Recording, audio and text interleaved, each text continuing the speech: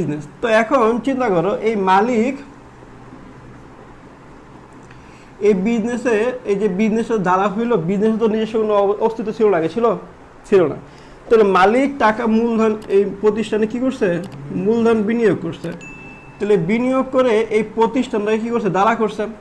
এখন ধরো মালিক এই মূলধন স্বরূপ এই প্রতিষ্ঠানে 10 লাখ টাকা ইনভেস্ট করছে। ক্লিয়ার? আচ্ছা, তো সুদ কাকে দেওয়া হয়? সুদ কাকে দেওয়া হয়? নর্মালি সুদ প্রদান করা হয় যাদের কাছ থেকে আমরা ঋণ নিই।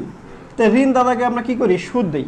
এখন প্রশ্ন হলো মালিককে কেন আমরা সুদ দিব, এই লজিকটা কেন তৈরি হলো, এর পিছনে লজিকটাকে বোঝানো, তারপরে এক্সট্রা আলোচনা আমরা করব। তো খেয়াল করো যে মালিক এই মূলধন বিনিয়োগ করছে কত টাকা, 10 লাখ টাকা।